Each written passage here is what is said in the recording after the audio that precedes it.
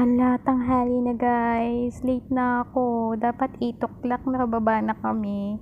But it's 9:30. OMG, kailangan ko na magmadali. So, ayan. Dahil late na ang lola niyong nagising today. So, wala na tong ligo-ligo guys. Kailangan hilahilamos na lang muna. Then, pagkatapos ko na lang ng trabaho ko, kung matapos ng maaga, tsaka na lang ako aakyat ulit to take a bath. Ang itsura ko guys. Look at my hair. So, pagpasensyahan nyo na. Ganyan talaga itsura ko pag bagong gising.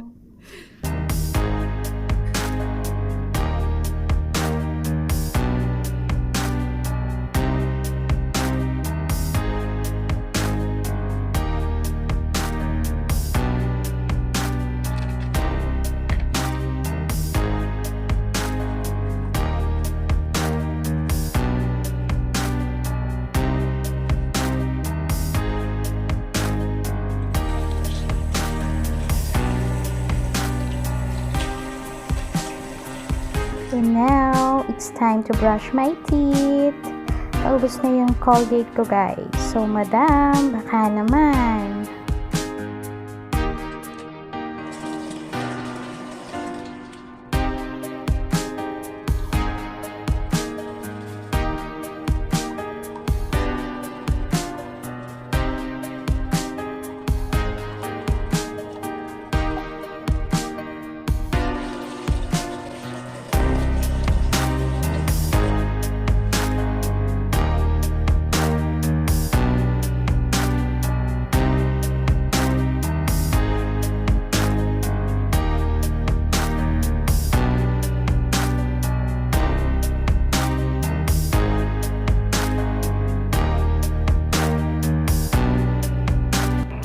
Now, I'm ready. Baba na tayo guys. Let's go!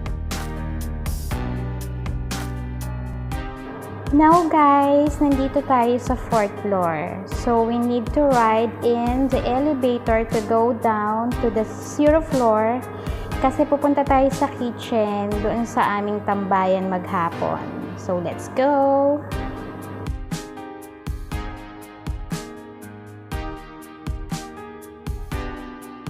So, itong elevator na to, pag nandito ka sa 4th floor, ang number ng elevator is number 3.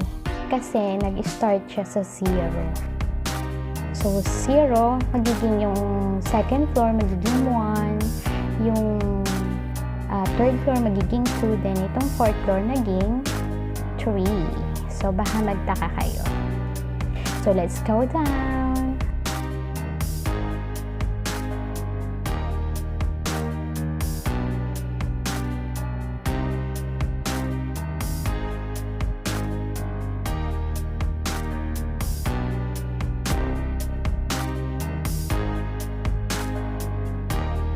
Ayan, nandito na tayo sa 0th floor. So, every morning guys, ako talaga yung bubukas ng door na to. Depende na lang kung halimbawa may mga lakad yung boss ng maaga or papasok sa work. Since ngayon sarado pa siya, wala pang lumalabas. Kasi kalimitan guys, yung mga employer na mga 480, mga tulog sila in the morning din. Sa gabi sila may gathering, so magdamag naman silang gising. Yun ang kanilang lifestyle. Tcharan! Nandito na tayo sa kitchen, guys. Ito ang aming kitchen tambayan. So, nakikita niyo yung upuan na yan. So, dyan ako lagi nag-TikTok, nag-vlog. And syempre, ang unang-una kong gagawin ay ang pag-almusal. So, timpla tayo ng kape, guys. At may natira pa kaming baked toast, yung merienda namin yesterday, kaya ininit ko na lang. Kain tayo guys! At ang susunod ko naman gagawin guys ay ang paghahanda ng mga sandata. Tcharan! So ayan yung mga sandatang gagamitin ko sa paglilinis ng buong bahay. Ang una kong nililinis dito guys ay ang carpet. So, bali itong carpet kasi na to ay twice a week ko lang pinagamitan ng vacuum cleaner. So, kung hindi naman gaanong madumi, walis-walis lang ang ginagawa ko, guys. Dito kasi nagtatambay yung madam namin maghapon. So, kailangan ito ang unahin ko.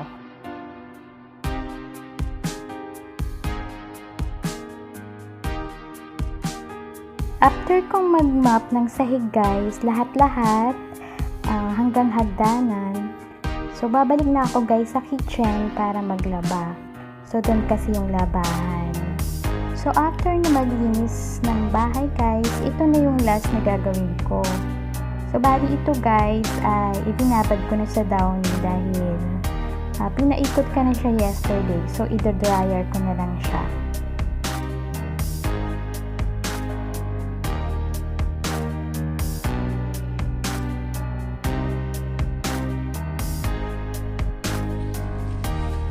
So, after ko mag-dryer, guys, magsasampay naman ako ngayon. Dito lang ako nagsasampay, guys, din sa kitchen kasi ganito lang yung uri ng sampayan nila, o diba? Lahat ng damit may isasampay mo niya. Sana sa Pilipinas may ganito rin, no? Para hindi ka na kailangan maggawa ng string na sampayan. So, kahit sa loob ng bahay, pwede mo na siyang isampay lahat. So, hindi ko na, guys, pinakita lahat yung trabaho na ginawa ko maghapon.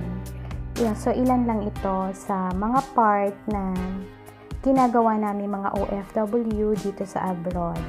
At sana, guys, ay nagustuhan nyo at naunawaan nyo kung bakit sinasabing mahirap ang maging isang OFW. So, siguro, guys, lalong-lalo na dun sa mga taong nakakatagpo ng mga employer na talagang bawal magpahinga. So, we are blessed na ang pagtatrabaho dito sa employer namin ay talagang napakaluwag kasi hindi sila nag-uutos, guys. Ikaw ang magdi-decide kung ano ang unahin mo gawin at kung ano ang una mong tatapusin. At hawak mo ang oras mo kung kailan mo ito gustong gawin. So, hindi sila nakikialam. And syempre, dahil mabait sila, kailangan naman natin, guys, suklian yung mga kabaitang yan. So, bihira ang among ganito na hahayaan ka sa gawaing bahay. Kaya, para ka rin kumikilos sa sarili mong tahanan, gano'n. Kung ano yung mga gawaing bahay na sa sarili mong tahanan, yun din ang araw mong gagawin dito sa abroad. At sana po ay nagustuhan nyo ang vlog kong ito.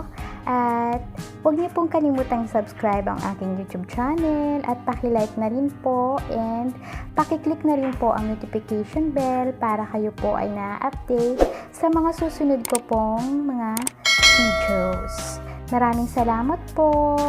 Tulugan na!